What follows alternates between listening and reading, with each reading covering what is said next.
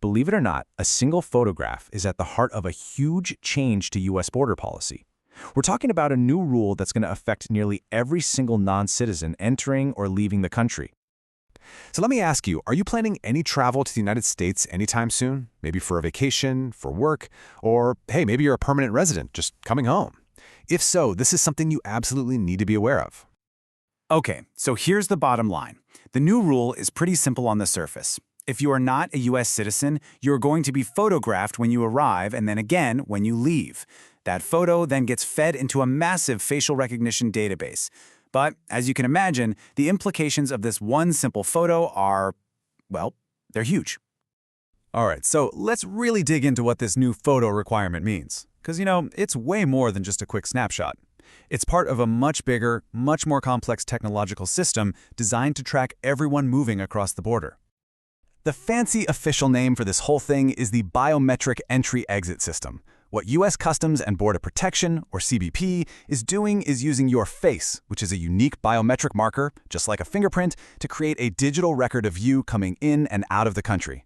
And get this, we're not just talking about airports here. This applies to seaports and land crossings too, the whole shebang. So you're probably wondering, okay, who exactly has to get their picture taken? Well, the short answer is pretty much everyone who isn't a U.S. citizen. And this isn't just for tourists or temporary visitors. This is a really key point. It also includes lawful permanent residents. We're talking about people with green cards who legally live and work in the U.S. Now, to really get why this is such a big deal, we've got to look at what's actually different now. Because the most significant change isn't just the system itself, it's who is now included. And wow, this is where you really see the biggest shift. It's night and day. Before, there were these common sense exemptions, right?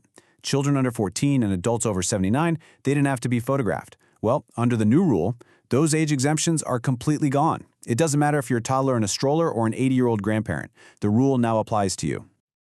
Okay, so the big question is why, right? Why make such a sweeping, all-encompassing change? To figure that out, we have to look at the official story coming from the U.S. government. So, according to CBP, this is all about security. I mean, that's their whole argument. They're saying that by having this huge facial database, it's going to be way harder for people to use fake passports or visas. They also believe it's going to help them better track what they call visa overstays.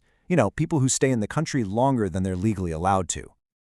But, as you can probably guess, not everyone is buying that argument. In fact, civil rights organizations are sounding some pretty serious alarms about all this. Groups like the American Civil Liberties Union, for example, are pointing out that facial recognition technology is, well, it's not perfect. Far from it, actually. It's known to have higher error rates for certain demographic groups, which could lead to some really scary situations, like misidentification. Their biggest fear is that an innocent person could get flagged, detained, or just put through a ton of extra hassle, all because an algorithm messed up. And this is so important to understand.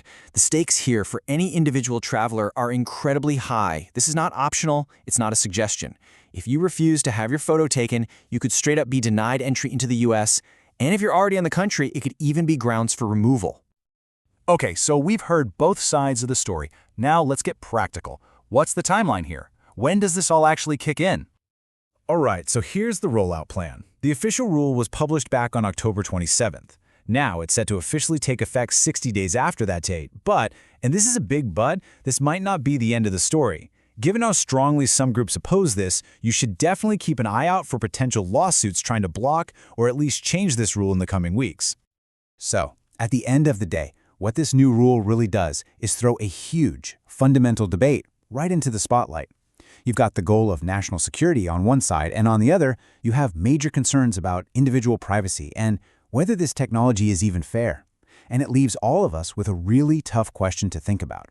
In this digital age, where do we and where should we draw the line?